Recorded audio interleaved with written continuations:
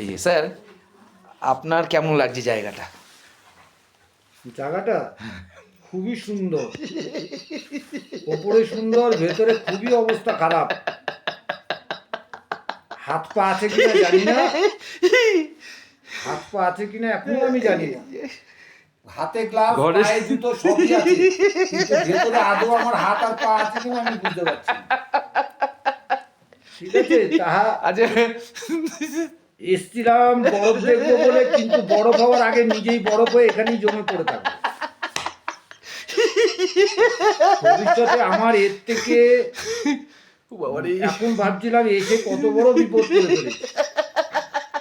বরফ দেখতে এসে নিজেই বরফ হয়ে গেছে। আপনি জানেন আজকে এখন এই মুহূর্তে টেম্পারেচার প্রায় -4 ডিগ্রির মতো, এটা আপনি জানেন তো? মোবাইলে আমরা চেক করে দেখেছি। এই নিয়ে আপনি কিছু বলুন। আপনি তো ভেতর মনে হচ্ছে 4-5টা পরে আছেন জ্যাকেট। -4 আছে, আমার তো মনে হচ্ছে ওটা 10-50-100 হয়ে গেছে। আমার যা পরিস্থিতি তাতে মনে হচ্ছে 50-100 হয়ে গেছে। ওরা ভুল দেখাচ্ছে, গুগল আজকাল অনেক ভুল দেখায়।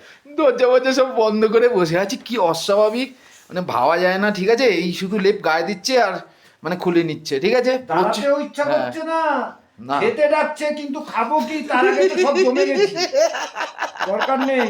নমস্কার। আচ্ছা, আপনাকে যদি বলে যে কোনো পয়সা লাগবে না, আবার আপনাকে গ্যাংটক আসতে হবে সিকিমে, আপনি কি আসবেন? আমি অবশ্যই না, অবশ্যই না। যা অবস্থা তাতে আমার মনে হচ্ছে যেন কি কারণে এসেছিলাম। বিরাট বড় ভুল করেছি। আর কখনো আসবো না বাবা। না, যদি বলে আপনাকে সিকিম আসতে কোনো পয়সা লাগবে না, গ্যাংটক ফ্রি। না না, পয়সা লাগবে নাকি? হাতে পয়সা দিলেও আর আসবো না। উল্টো পয়সা দিয়ে যদি বলে আসতে, তাও আমি আসবো না।